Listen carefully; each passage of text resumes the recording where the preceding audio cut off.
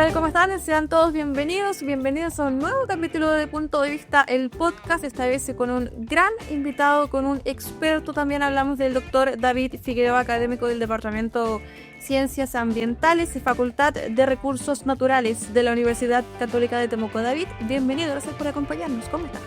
Aquí muy bien y muchas gracias por la invitación a esta conversación de un tema tan importante como es el patrimonio natural, particularmente nuestro gran lago Villarrica, que toca en nuestra región, que sin duda ha estado hoy día muy presente en los noticieros y en la preocupación de la gente en realidad. Así que eso creo que es muy importante y que podamos hablar ahora desde una perspectiva más científica de cómo estos lagos en general funcionan y a lo mejor aclarar algunas dudas o eliminar algunos mitos, qué sé yo, no lo sé, pero la idea es que con la experiencia que tenemos dentro del Laboratorio de Limnología y Recursos Hídricos de nuestra universidad, hemos podido avanzar de manera importante en poder escudriñar cómo funcionan los lagos, ¿ya? Y de esa manera también poder comprender cuáles son aquellos factores importantes, aquellos procesos ecosistémicos que regulan el funcionamiento de un lago que se están viendo alterados,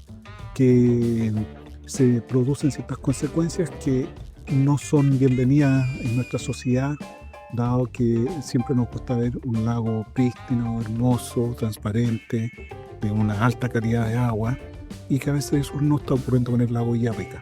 Claro, un lago que se ha convertido también con el pasar de los años en un atractivo turístico, ubicado también en una zona muy visitada año tras año. Doctor David Figueroa, y por eso queremos consultarle. ¿El lago Villarrica está contaminado?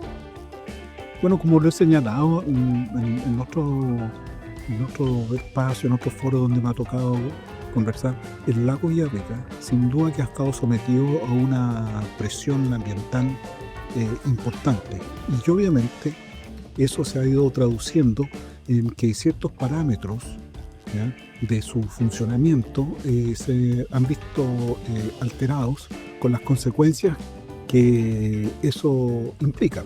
Por ejemplo, las primeras consecuencias son de carácter visual, cuando vemos un lago que su color cambia, por ejemplo, en ciertos momentos del año, con ciertos eventos, y eso finalmente genera una preocupación importante en la ciudadanía en general. Claro. Y sobre todo para todas nuestras autoridades del gobierno regional, los gobiernos locales, que ven en eso una amenaza precisamente para el propio desarrollo de esos territorios donde se emplaza nuestro lago Villarrica, pero son consecuencias de lo que nosotros que observamos, ¿entiendes?, con, diría, cierta periodicidad, ¿ya?, y en ciertos periodos del año, Claro. ¿entiendes? Y por lo tanto, a la pregunta, sí, sin duda, porque el lago ha estado sometido a una mayor presión ambiental, hay mayor cantidad de estresores ambientales que están provocando estos fenómenos que no nos gustan a nadie. ¿Y a qué se podría deber esta alteración del lago? ¿Cuáles podrían ser las causas? Mire, todo en particular yo creo que hay que partir entendiendo de un punto de vista ecosistémico qué significa el lago Villarrica, ¿ya?, para poder comprender los procesos que están asociados a este gran cuerpo de agua que nosotros tenemos. El lago Villarrica es un lago que se emplaza en nuestra región, está clasificado como un lago oligotrófico, es decir, que es muy pobre en nutrientes, es monomístico, es decir, que se mezcla una vez en el año y tiene una particularidad muy importante, ¿ya?, que es un lago profundo. Y estas características que yo le acabo de mencionar lo comparten todos los lagos que forman parte del distrito del lago Araucano, que comprende todo el territorio que se ubica entre la región de la Araucanía y la región de los lagos. Entonces todos ellos comparten, ¿ya?, las mismas características porque tienen un origen común. Todos son lagos profundos, son todos lagos oligotróficos, y la oligotrofía se lo da por el origen que su origen es glacial. Cuando se retiran los glaciales se comienzan a formar estos lagos y por lo tanto comienzan a compartir estas características que yo acabo de mencionar. Entonces, desde esa perspectiva, nuestro lago Villarrica, dentro de la región, es un lago profundo. El otro lago, el más profundo, es el lago Colico, ¿ya? Que tiene alrededor de sobre los 300 metros de profundidad. El lago Villarrica tiene alrededor de 170 metros de profundidad. Entonces usted ya puede ir viendo algunas diferencias, ¿entiende? Por lo tanto, cuando nosotros lo miramos como un ecosistema, aquí yo diría que una de las variables que estructura el funcionamiento del lago es la profundidad. Así como en un río es la longitud, la continuidad del río, en un lago es la profundidad que permite que el lago pueda tener una capacidad de resiliencia, es decir, que se resiste a la contaminación, ¿ya? Como un mecanismo, diría yo, de mantener sus condiciones con las cuales se originó este lago. Esto permite que el lago permanentemente esté siempre enfrentando todos estos eventos de contaminación de una manera bien particular. Al ser profundo, ¿ya? De un punto de vista morfométrico, el lago tiene un volumen de agua, tiene una profundidad. Y uno de los aspectos relevantes es que los eventos que nosotros observamos cuando cambia el color del agua tiene que ver básicamente con un aumento de la productividad del lago. Por eso es que nosotros hablamos de oligotrofía. Trofía significa productividad y oligo es poquito, entonces tiene poquita productividad. Pero lo que nosotros vemos en estos eventos es que la productividad tiende a aumentar. Y básicamente son algas que crecen, básicamente porque hay ciertos componentes químicos que se hacen ilimitados dentro del sistema, y eso permite que las algas puedan crecer de manera también ilimitada dentro del sistema, provocando el fenómeno de eutroficación o eutrofización, que eso es lo que la gente lo observa y dice, esto está muy contaminado, dice, ¿entiendes? Y por lo tanto, cuando se aprecia eso, tiene que ver con este fenómeno de aumento de la productividad. Por lo tanto, aquí, dentro del lago, comienzan a interaccionar varias variables que pueden explicar el fenómeno que yo le acabo de mencionar. Entonces, la profundidad del lago, la composición química del lago, más el clima lumínico, la luz del sol que llega al lago, ¿ya? Y por lo tanto la temperatura del lago varía, cambia, ¿entiendes? Pueden darse condiciones excepcionales para que la productividad crezca, provocado por el desequilibrio de alguna de estas variables, ¿entiendes? Entonces, cuando si hablamos del clima lumínico, claro, cambio climático, puede haber algún efecto que esté ahí generando un aumento de las temperaturas del agua, el desbalance de los nutrientes o de la composición química comienza a dar otras características al lago, y por lo tanto la consecuencia a veces es que se produce esta explosión, ¿entiendes? Entonces, ¿cómo es la manera que el lago naturalmente resiste todos estos procesos? Y por eso decimos que es resiliente, ¿entiendes? Con la profundidad. Porque como es un lago profundo, la luz que proviene del sol no es capaz de penetrar toda la columna de agua dentro del lago, ¿entiendes? Entonces ahí es cuando nosotros, en ese contexto, ¿ya? Hay una capa dentro del lago que es productiva, que es donde hay luz, y hay otra capa que es improductiva, no hay luz, por lo tanto no hay fotosíntesis, no hay productividad. Entonces cuando usted, si tuviera la capacidad de imaginarse en 3D el lago, ¿me entiende? Que es como si nosotros lo podríamos comparar con un cono truncado, ¿ya? Nosotros nos vamos a dar cuenta de que hay una proporción de agua que es improductiva dentro del lago, ¿ya? Dependiendo de la luminosidad, la transparencia del lago, la luz puede ingresar, o sea, hasta unos 40, 50 metros. Después de los 50 metros no hay productividad porque no hay luz. Por eso que el lago yo lo puedo dividir en dos partes: la zona fótica, donde hay fotones, luz, y una zona fótica, ¿ya? Entonces, ¿qué es lo que ocurre? Cuando ingresan los afluentes y con ello ingresan los nutrientes, por ejemplo, a través del gran río Trancura, que es el que aporta más del 75% de agua dentro del lago, ¿ya? Entonces ingresa con toda su composición química que viene viajando a través de la escorrentía. Entonces ingresa el fósforo, que es uno de los nutrientes que provoca, ¿ya? los fenómenos de aumento de la productividad. Pero el lago, como la naturaleza es tan sabia, el fósforo reacciona químicamente, ¿ya?, en la columna de agua, porque pasa de un río que es un agua corriente que viene arrastrando el fósforo, y después esa agua entra a un sistema de aguas lentas, Claro. como es un lago, entonces queda flotando el fósforo, y por lo tanto ese fósforo reacciona químicamente con otros componentes químicos, como por ejemplo los metales, y ahí se produce una precipitación y comienza a caer el fósforo, y cuando atraviesa de la zona fótica a la fótica, el fósforo se pierde hacia los sedimentos. Por lo tanto, los lagos, y lo quisiéramos mirar desde una perspectiva, es un gran atrapador de nutrientes, precisamente por las características de profundidad, y también esa profundidad determina de que no hay luz. Entonces el lago se va resistiendo porque finalmente atrapa ese fósforo y lo comienza a depositar en los sedimentos.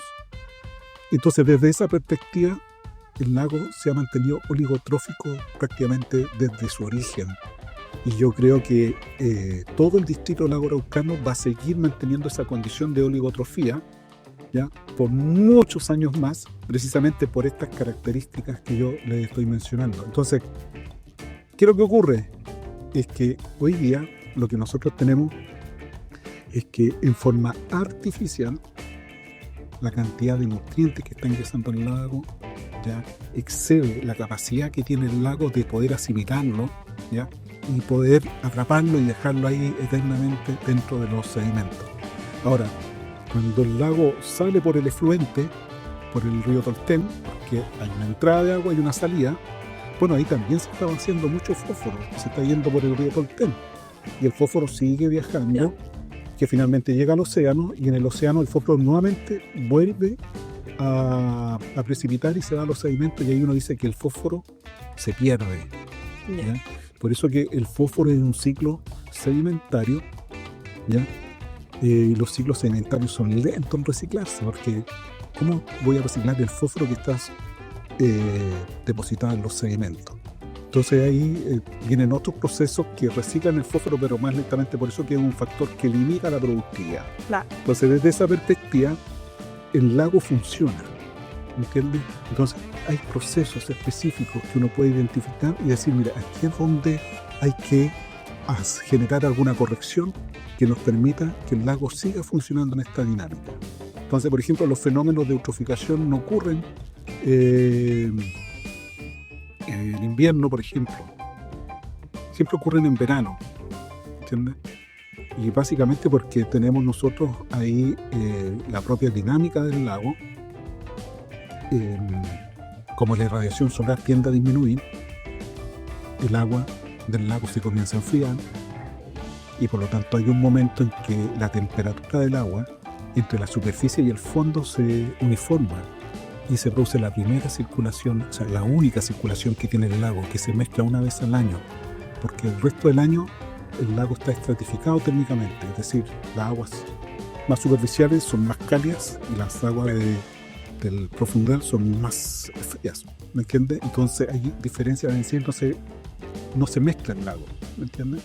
Entonces, pero hacia el invierno se pierde calor, el lago empieza a entregar calor, y en verano gana calor, y por eso que se van produciendo todas estas dinámicas.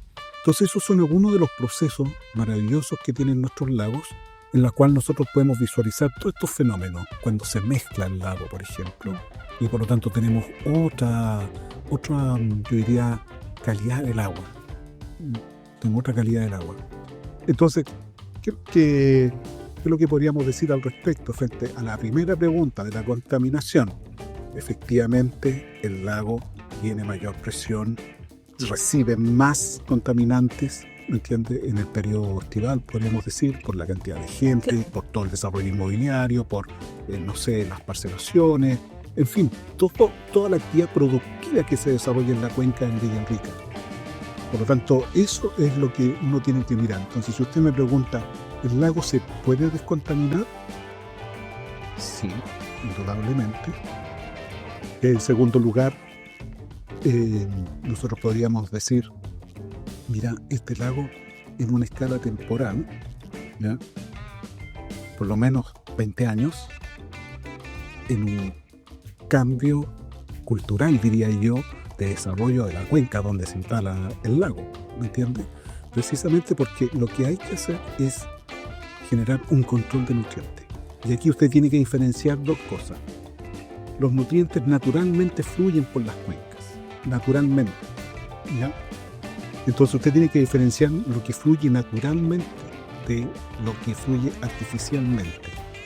Entonces, lo que uno tiene que trabajar es precisamente poder avanzar en ciertas regulaciones, ¿ya? El decreto supremo de emisión, por ejemplo, ese tendría que en el futuro tener un cambio importante. Debiera ser cambiar la lógica en tener una regulación por carga y no por concentración. Me explico. Cuando yo hablo de concentración, estoy diciendo, por ejemplo, que para una actividad X, ¿ya?, los componentes químicos, ¿ya?, que emiten esa actividad productiva no deben exceder una concentración, es decir, miligramos por litro. ¿Okay? Ahora, esto es simple. Usted puede tener mayor caudal, por lo tanto la concentración usted la puede disminuir o la puede manejar. Ejemplo, ¿entiende?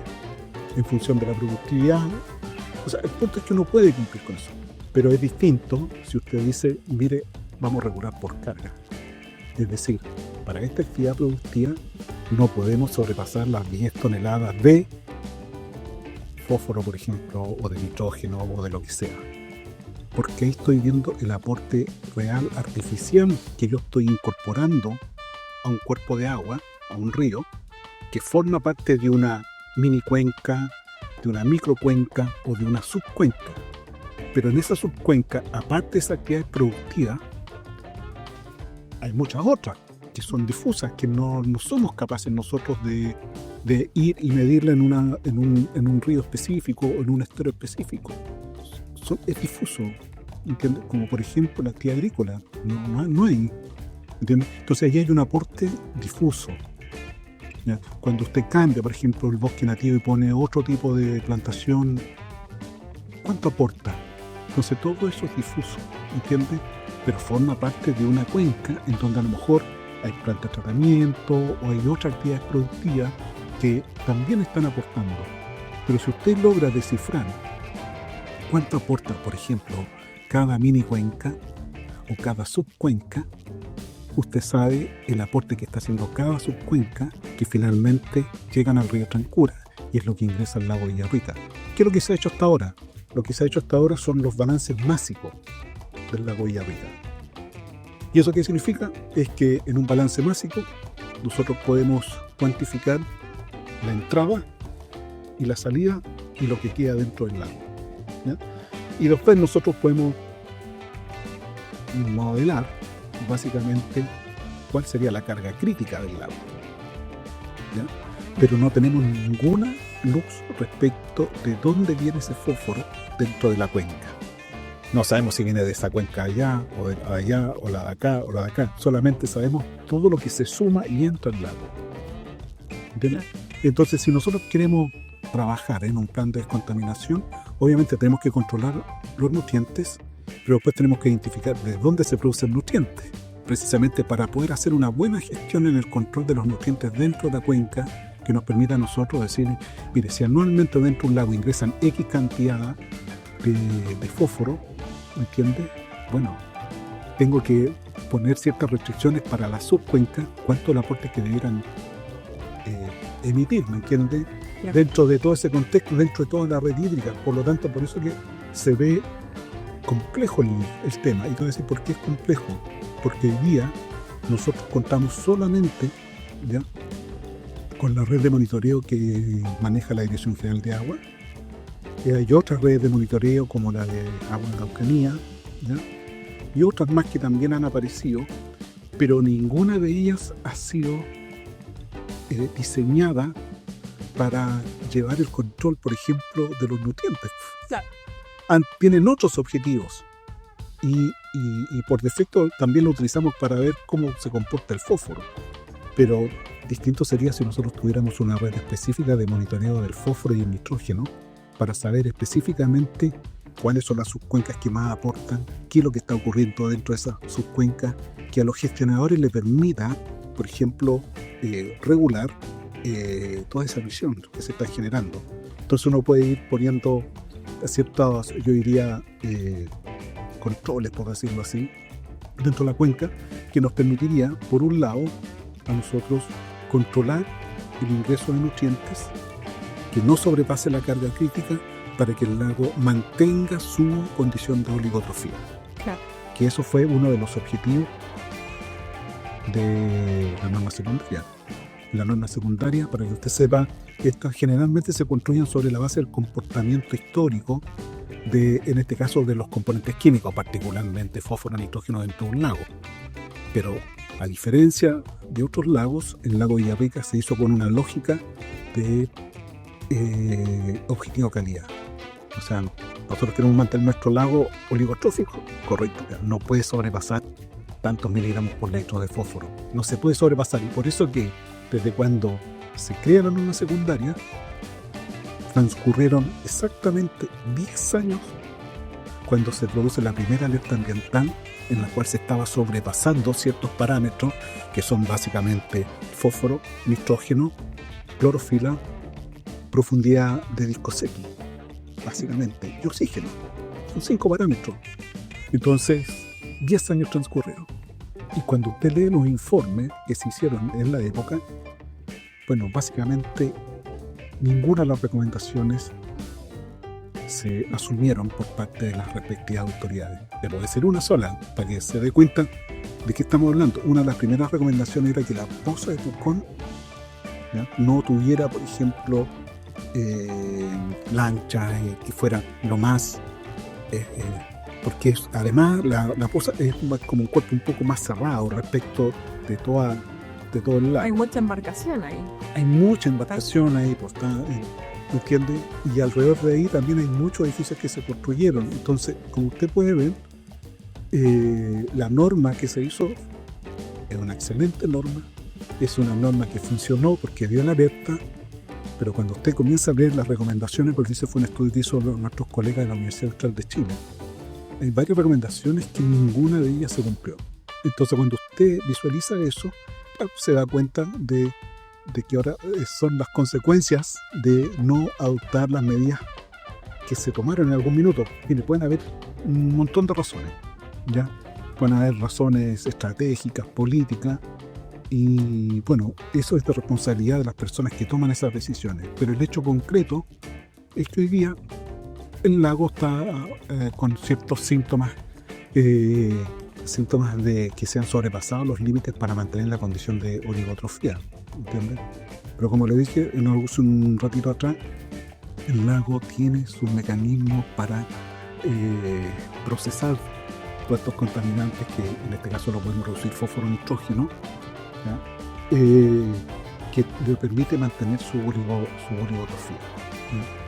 Hay un plan de descontaminación que estuvo siendo trabajado por más de 6 años. Hoy ya fue aprobado, falta la firma del presidente, luego la publicación en el diario oficial. A su juicio, doctor, ¿usted cree que este plan va en la línea correcta? ¿Se ha trabajado desde el problema de fondo? ¿O quizás está con otro enfoque que no solucionaría la contaminación del lago Villarrica? Mire, bueno, eso primero hay que conocer en detalle el plan, para tener una opinión mucho más fundamental respecto de si va o no va en la línea correcta. Lo que yo espero que vaya en la línea que yo señalé. Para descontaminar el lago, tiene que ir en la línea del control y la gestión de los nutrientes dentro de la cuenca, y eso implica generar primero algunos cambios en la normativa que regula ya la actividad productiva dentro de las cuencas, por ejemplo, lo que yo señalaba, la regulación por carga, por ejemplo. Tiene que haber también otras miradas respecto de, bueno, ¿cuánto más podemos artificializar la cuenca? Claro. ¿Me entiendes? ¿Cuánto más podemos sin que esto genere? Mire, hay experimentos en ecología que son clásicos, ¿ya? Que son clásicos, ¿me entiendes? En la cual, por ejemplo, se han hecho experimentos en microcuencas, en las cuales se han talado algunas cuencas, y usted ve el flujo ahora de todos los componentes químicos. Claro, cuando usted compara una cuenca que se tala artificialmente y observe cuánto es lo que fluye, respecto de una cuenca no talada, se va a dar cuenta claramente de que el bosque juega un rol importante, ¿entiendes?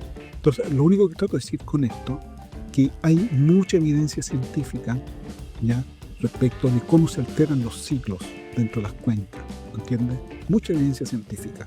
Cómo eso puede afectar al lago, ¿entiendes? Cada una de estas decisiones del cambio de uso de suelo, más urbano, más forestal, más agrícola, ¿me entiendes? Pero si nosotros tuviéramos claramente cuál es el aporte de fósforo permitido, ¿me entiendes?, sin que eso altere el lago, sería a lo mejor mucho más eficiente, ¿ya?, el proceso de restauración de un lago. ¿Y está bien referirse a la cuenca del lago como una zona saturada? Bueno, eso es lo que definió la norma. Sí. Por lo tanto, desde esa perspectiva es correcto. Ahora, lo que hay que trabajar es precisamente para que no tengamos estos eventos de eutroficación, ¿entiendes? Tenemos que tener, yo diría, un monitoreo permanente de la cuenca. Eso es lo otro que quiero destacar. Todo lo que ocurre en el lago es una consecuencia de lo que está ocurriendo dentro de la cuenca. Perfecto. ¿Ya? Entonces, ¿dónde tiene que estar el acento? En lo que está ocurriendo dentro de la cuenca, porque finalmente el aporte de fósforo y nitrógeno viene de la cuenca del Villarrica.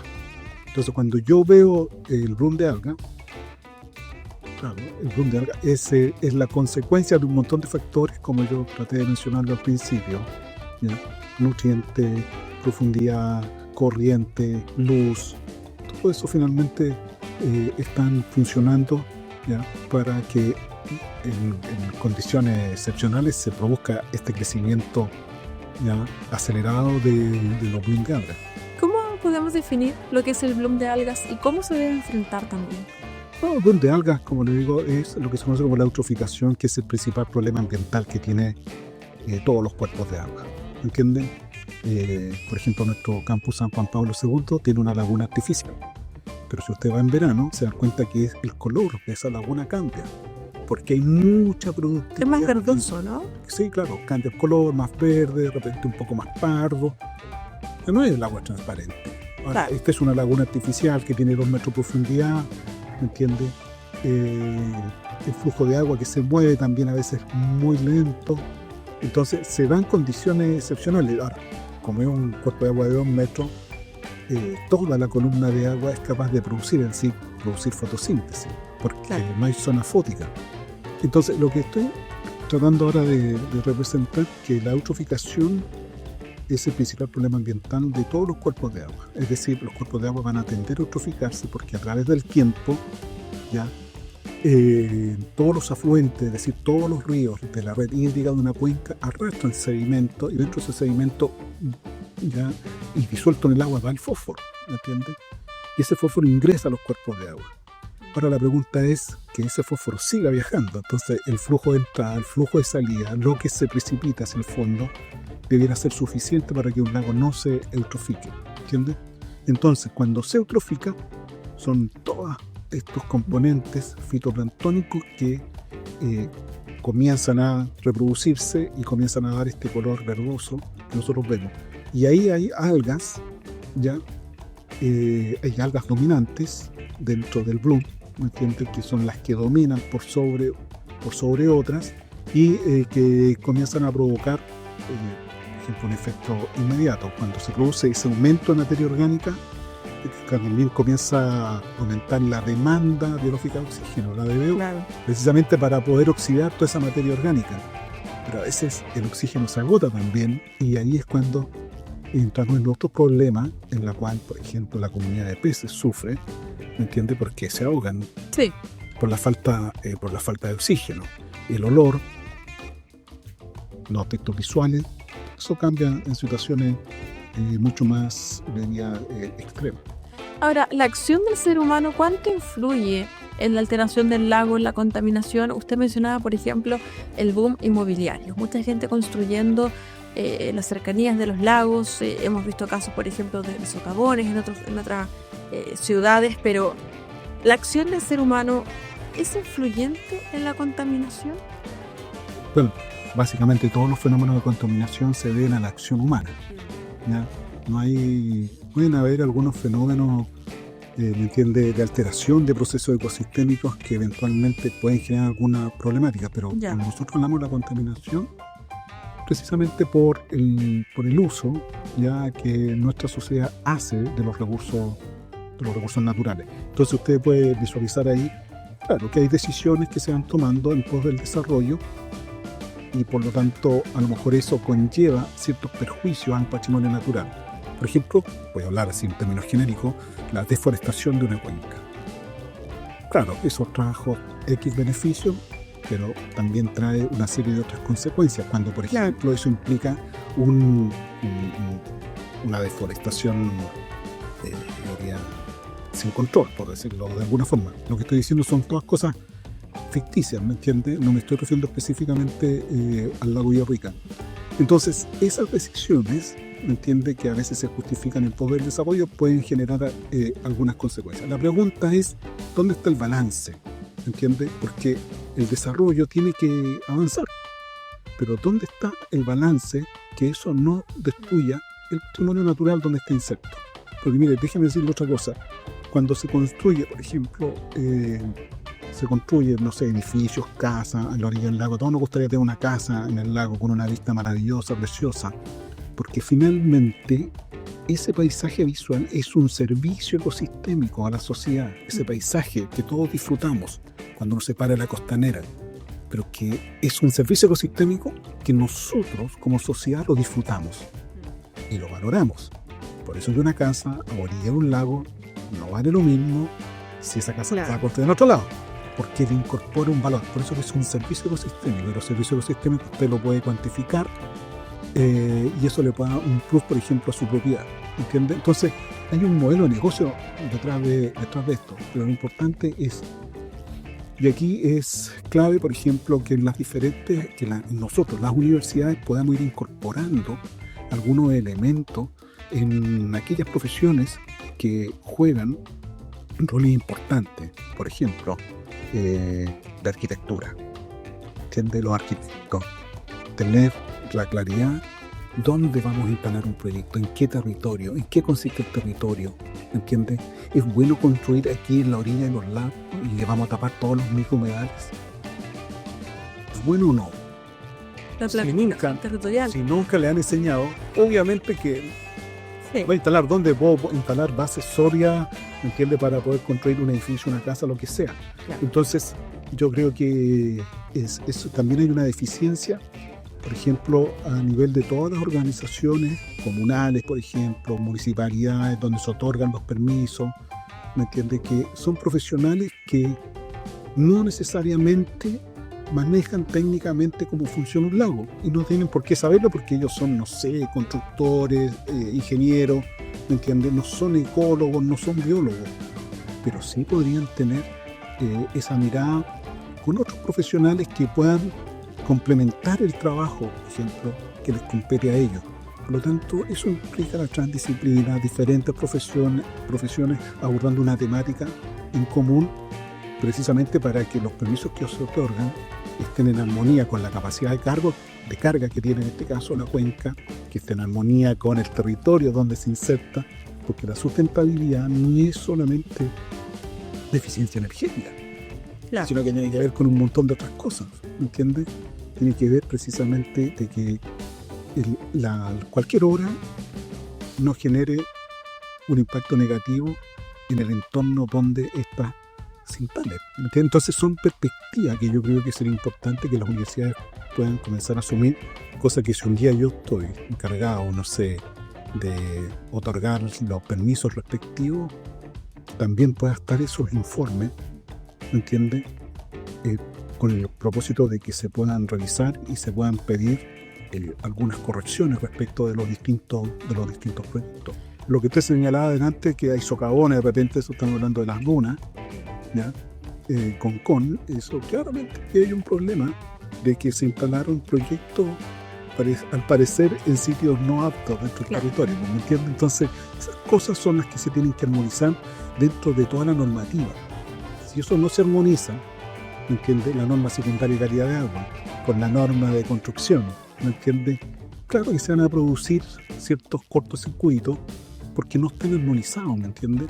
Entonces, si la norma secundaria de calidad de agua que se hizo para el lago Villarrica, que dice que el fósforo no puede exceder más allá de los 10 miligramos por litro, bueno, tiene que tener una armonía con todos los otros cuerpos legales que de una u otra manera van a afectar ese valor que está establecido por norma. Entonces eso también es otro trabajo que debiera implementarse y trabajarse en conjunto precisamente para poder mantener la calidad de este gran lago como es el lago Villarrica. Y eso lo hemos conversado igual con el doctor Fernando Peña, falta quizás una planificación territorial también ahí. Bueno, sin duda, la planificación territorial es una disciplina muy importante hoy día. Y ahí usted se puede dar cuenta, los últimos desastres que hemos tenido son básicamente por la falta de planificación. Así Y es. por lo tanto es clave de que el territorio se pueda planificar, se pueda organizar, ¿me entiende? Con expertos que permitan un desarrollo armónico. ¿Sí? Yo creo que esa es una palabra clave, armonizar los cuerpos legales y que todas las disciplinas puedan conversar frente a un gran proyecto, por ejemplo. ¿Entiende? Y eso no implica detener el desarrollo, muy por el contrario, es generar un desarrollo sustentable, un desarrollo armonizado con el medio ambiente, y eso permite mantener el desarrollo por muchos años. Creo que finalmente cuando lleguemos a un punto de no retorno, el lago cambia su oligotrofía. O sea, va a quedar en el recuerdo que una vez el lago Villarrica fue oligotrófico y ahora es un lago mesotrófico. ¿Nos gusta eso? Sí, no, pero esos son los acuerdos sociales. Yo creo que todos nuestros lagos del distrito de lagos araucanos son lagos oligotróficos, monomísticos, temperados y profundos. Y esa condición no debiera cambiar. No ha cambiado nunca desde que estos lagos se originaron, ¿no? ¿Ya? Y debieran mantenerse también para las próximas generaciones. Claro. Entonces ese es el trabajo que yo creo que ese es el desafío, porque nosotros los ecólogos, yo soy limnólogo, ¿ya? Nosotros trabajamos y escudriñamos el funcionamiento de nuestros lagos, de nuestros ríos, ¿me entiendes? Investigamos respecto de eso, pero después todo ese conocimiento tiene que aplicarse, ¿me entiendes? Si pues es la ciencia, eso que uno habla de una ciencia básica y de una ciencia aplicada. Todo el conocimiento que nosotros y otros investigadores, ¿ya? Quienes fueron mis profesores, ¿me entiendes? Ellos hicieron las primeras descripciones limnológicas de funcionamiento de los lagos, ciencia básica, diría uno, ¿me entiendes? Pero a partir de esos datos y de lo que ellos definieron en sus papers, ¿ya? Se transforman en ciencia aplicada, porque hoy día esos datos son importantes para poder Sí, totalmente. generar normas que nos permitan mantener la alta calidad ambiental de nuestros lagos. Ahora, más allá de tener hoy aprobado un plan de descontaminación del lago Villarrica, doctor, le consulto, ¿se requiere un cambio cultural? Hemos visto casos, por ejemplo, de personas contaminando el lago. Se vio hace un tiempo atrás un camión botando cemento en uno de los accesos al lago. Si no hay un cambio cultural, ¿podría ser eficiente este plan? Mira, todo depende de las personas, que finalmente, por eso que cuando uno habla que es cultural, es porque tengo que tratar de cambiar la conducta que a lo mejor hemos tenido como sociedad frente al trato o maltrato de un lago, ¿me entiendes? Entonces, es cultural toda vez que yo quiero modificar la conducta de las personas, ¿me entiendes? Obviamente que cualquier persona diría, pero qué estupendo, ¿verdad? ¿Cómo van a estar botando cemento dentro del lago, por ejemplo, taponeando quizás qué cosa? O hoy día ya es inconcebible, por ejemplo, de que las aguas servidas entren directamente al lago, ¿sí? La cabeza de cualquier persona diría, no, pero ¿cómo es posible que eso? Pero ocurre, ¿me entiendes? Entonces, ¿qué es lo que tiene que ocurrir? Primero tiene que ser un plan de contaminación pertinente a las características ecosistémicas de funcionamiento de nuestro lago Villarrica y su cuenca, ¿entiendes? Que vaya al punto, que vaya específicamente en poder hacer un control y una mejor gestión de los nutrientes que emiten todas las actividades que se desarrollan en nuestra cuenca, ¿me entiendes?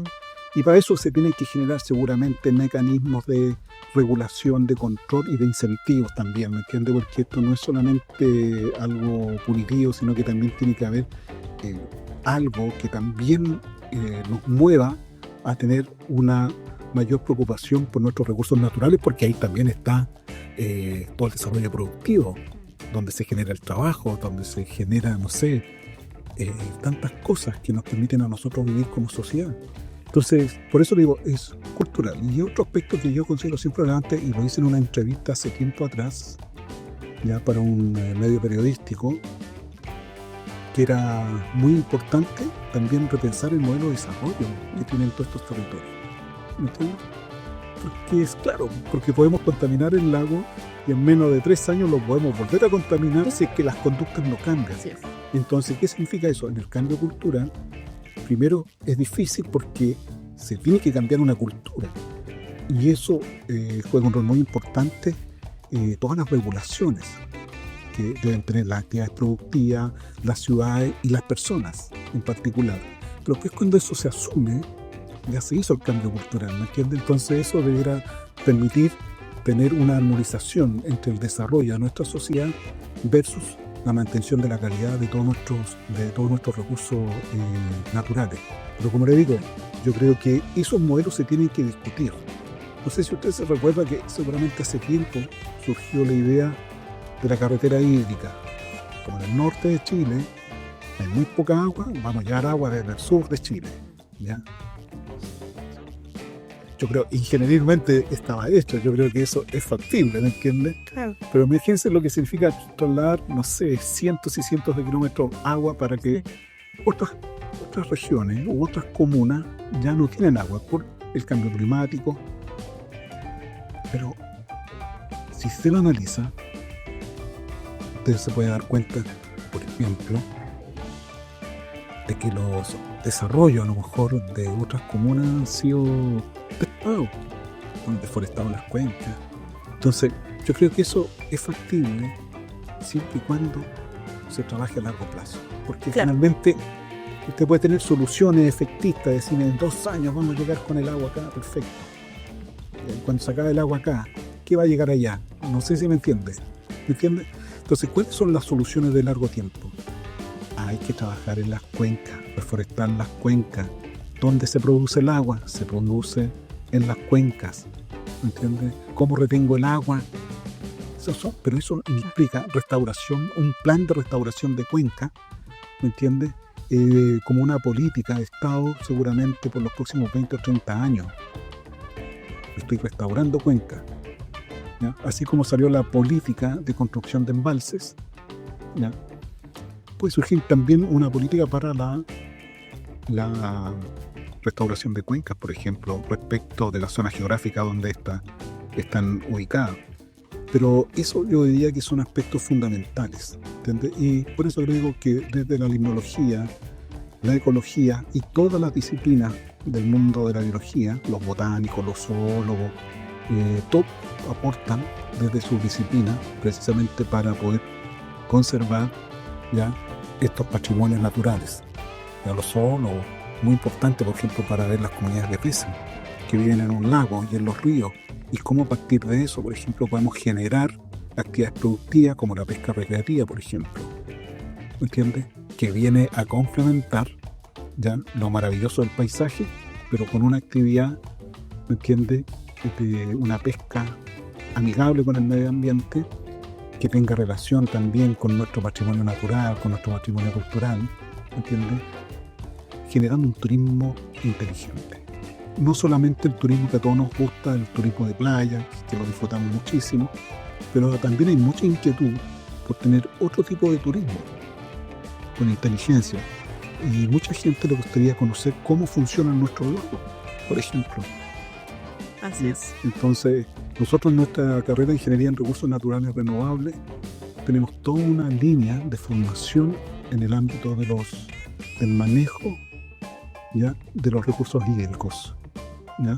Y trabajamos en cursos de ecología acuática, cursos de limnología, ¿entiendes? Y estamos haciendo tesis precisamente con eso. Por ejemplo, hoy día yo dirijo una tesis precisamente para diseñar una red de monitoreo en la cuenca de Villarrica,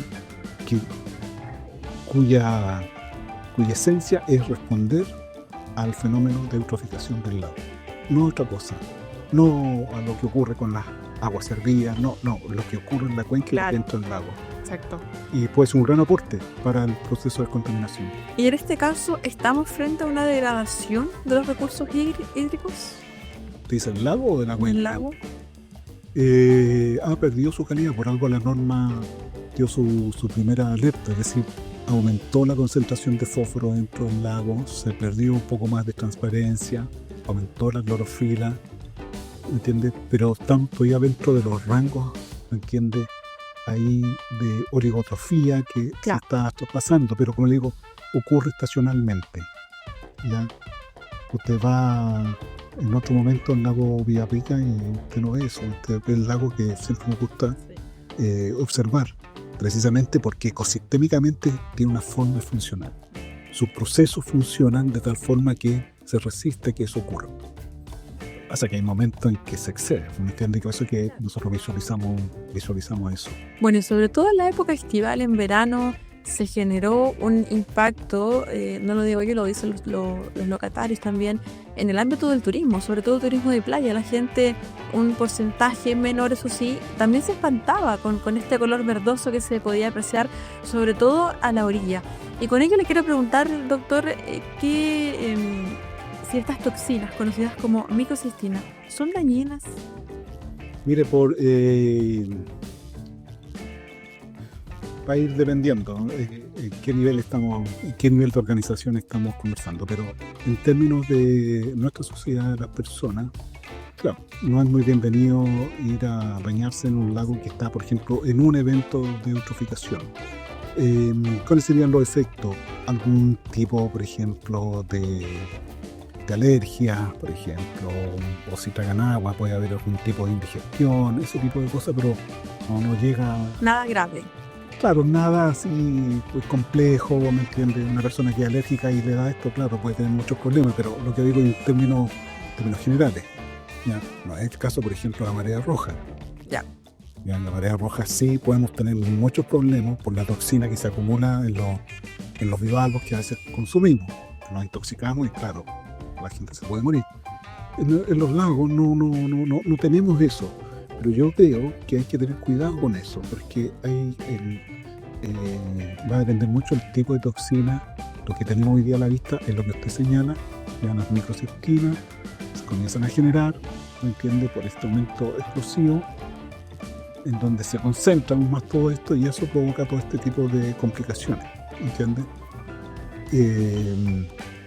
Por eso que yo creo que hay que ir monitoreando. Yo creo que en alguna oportunidad nosotros presentamos ciertas ideas para poder generar información en línea respecto de todas estas variables con un modelo predictivo.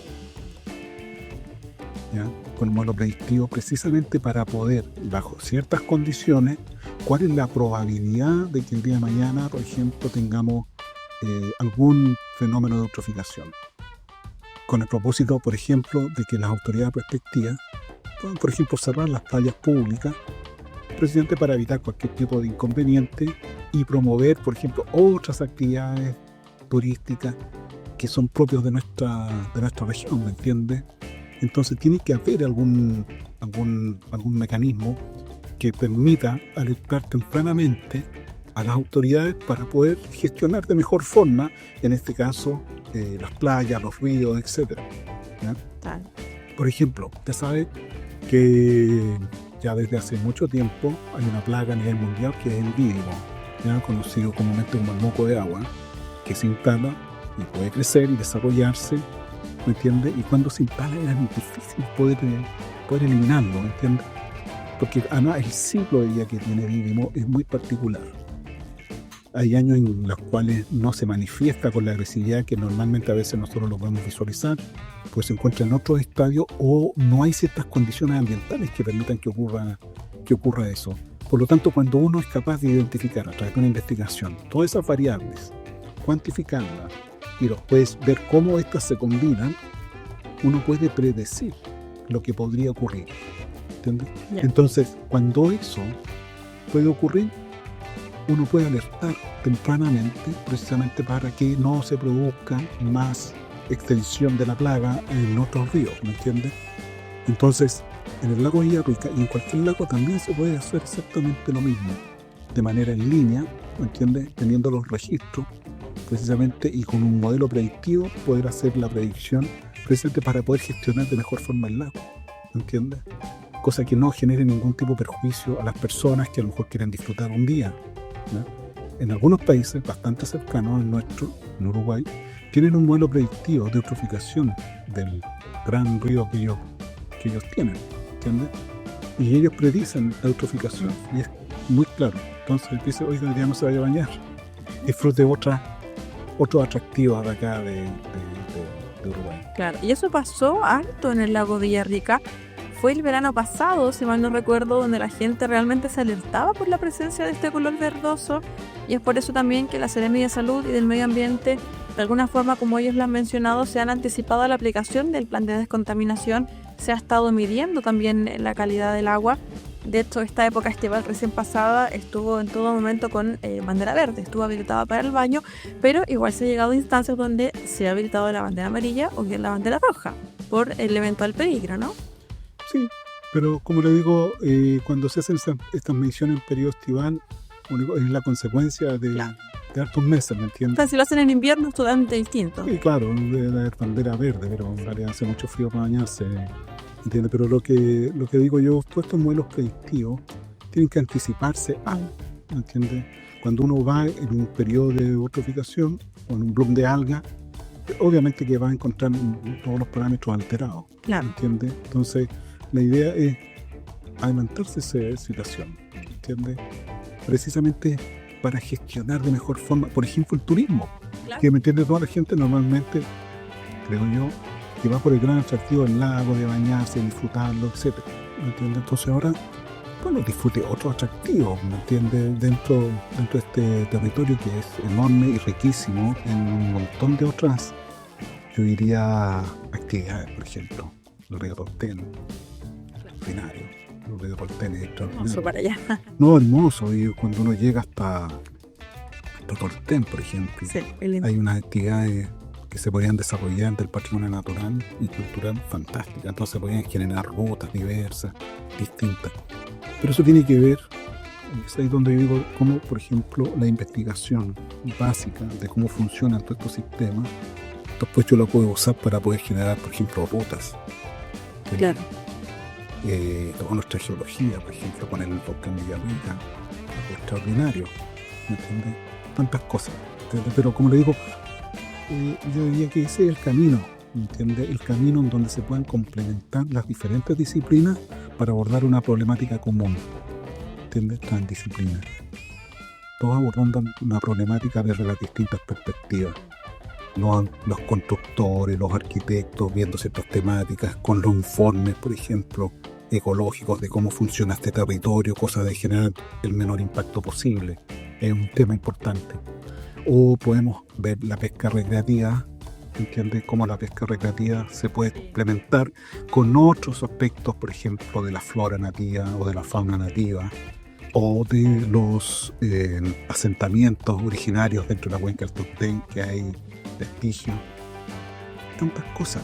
Así que yo creo que por ahí se puede trabajar. Ahora, yo te quiero decir que el lago Villarrica no está desahuciado, ni mucho menos.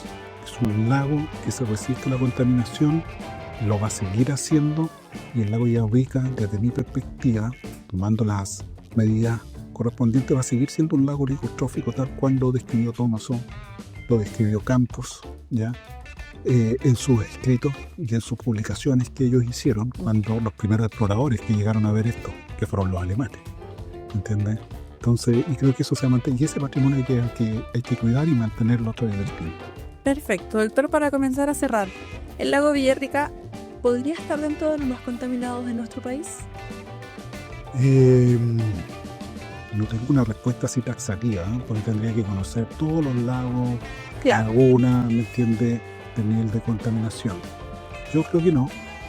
Yo creo que el lago Villarrica está en una posición frágil, pero no creo que sea el más contaminado. Yo ve solamente algunos videos, por ejemplo, del lago Rapel, Sí. ahí hay una situación mucho más compleja. Evidente. Mucho más compleja. Y además que está ubicado en una cuenca súper artificializada. Súper artificializada. La cuenca del Tinguiririca y el Cachapoal, que finalmente llegan al lago Rapel, con toda la actividad que se desarrolla en esa cuenca, desde la minería al cobre, con el teniente, por ejemplo, la generación de energía, con todas las plantaciones de fruta, todos los viñedos. Imagínense todo lo que ocurre en esa cuenca. Imagínense lo que significa ahí cómo regular toda esa actividad productiva que no contamina el lago. Agrosuper, por ejemplo, con toda la productividad porcina que ellos desarrollan, etc. Entonces tiene que haber una armonización importante, muy importante. Nosotros nos tocó participar en la mesa del agua de esa región en un periodo determinado. Y nos invitaron como expertos para poder asesorar al Ministerio del Medio Ambiente. Y participamos nosotros de las reuniones de la mesa del agua, donde estaban sentados ahí todos los actores desde la cuenca. Todas las empresas, tremendas empresas que yo les estoy diciendo, no eran empresas chiquitas, Claro. gigantes, ¿ya? Pero también estaban todos los organismos públicos y también los vecinos estaban ahí, porque nosotros hicimos la propuesta de parámetros y concentración a regular. Entonces era muy interesante ver esa discusión fundamentando cada miligramo, ¿entiendes?, que se había propuesto, ¿entiendes?, porque eso puede tener algunas repercusiones en la producción. Pero yo creo que eso era muy potente porque estaban todos sentados en una mesa conversando un problema común. Claro. ¿Me entiendes? Para precisamente poder generar o aprobar, por ejemplo, por decirlo, porque finalmente las normas son acuerdos, ¿me entiendes?, que se tienen que tomar. Precisamente para mantener la calidad del agua de todas estas subcuencas, precisamente para mantener la calidad y la vida ecosistémica, ¿me entiendes?, de estos cuerpos de agua, de todos estos ríos que tenemos ahí. Un trabajo muy interesante nosotros desarrollamos en esa región, y ahí sigue funcionando esa región, ¿entiendes? Sigue funcionando, el desarrollo no se ha detenido y esos ríos siguen funcionando. El lago Rapel ahí ha tenido momentos muy duros, durísimos, muy duros, ¿me entiendes? Así que yo diría que se está más contaminado que el Villarrica, sin duda, ¿entiendes? Perfecto. Entonces, a modo de resumen, para ir finalizando, más allá de contar con un plan de descontaminación, el llamado es a la sociedad, ¿no?, al cambio cultural. Sí, sin duda, y también a la autoridad pública para que pueda generar mejores normativas que permitan regular los nutrientes. Y una aproximación es avanzar en hacer los estudios para poder hacer regulaciones por carga y no por concentración. Lo venimos diciendo hace por lo menos 15 años atrás nosotros, pero no se ha podido avanzar en esa línea. Pero cuando usted regula por carga, usted sabe perfectamente cuánto es lo que puede emitir una subcuenca. No puede emitir más, entonces no puede dar autorizaciones así como se presenta uno y ya se puede hacer todo dentro de la misma cuenca, y entonces los efectos sinérgicos no se miden, ¿me entiendes? Entonces es distinto. Mira, puedo probar todas las que quiero, pero la suma de todas ellas no me puede dar más allá de X cantidad de carga. Exacto. Del parámetro que yo estoy regulando. No sé, yo creo que el llamado sin duda es a la sociedad, a las personas, es el llamado también a toda la actividad productiva, ¿ya?, y también a todos los funcionarios responsables de la aplicación de las normas. Hay que buscar mejores normas, hay que perfeccionarlas para que tengan el efecto que nosotros buscamos. ¿Cuál es el efecto? Mejor calidad ambiental de todos nuestros recursos hídricos a través de las diferentes formas, ya sean en formas de ríos, en formas de lagos, en formas de humedales. Entonces tienen que haber normas que regulen la actividad, porque, Claro. Miren, no todas las personas son expertos en estas temáticas, ¿me entiendes? Y una persona que no te dice, no, eso está mal, eso no tiene por qué saberlo. Usted no puede ser. Hay cosas que son también, sí, yo diría, son obvias, ¿me entiendes? Yo no puedo vertir agua servida a los ríos. Sí. No ocurre eso. No Y puedo esas botar personas- cemento. No puedo botar cemento, No puedo yo estar contaminando el lago, por ejemplo, tirando todos mis desperdicios, por ejemplo, tirando bolsas plásticas o tirando la basura con...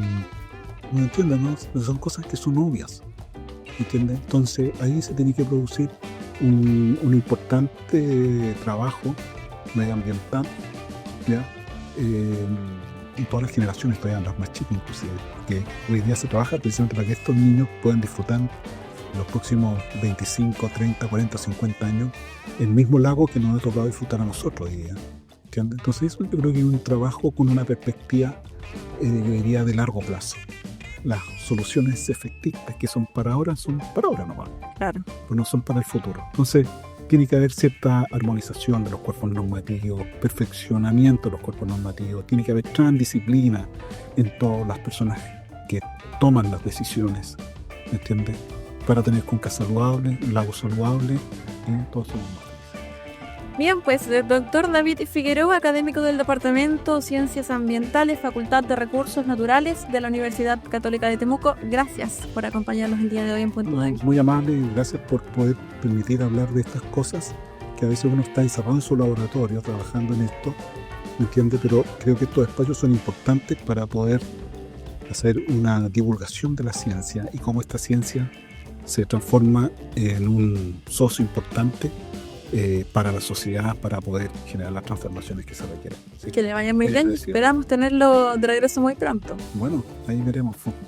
Bien, llegamos al término de este nuevo capítulo de Punto de Vista, el podcast. Gracias por la sintonía, por su compañía, que es muy atento porque siguen los invitados.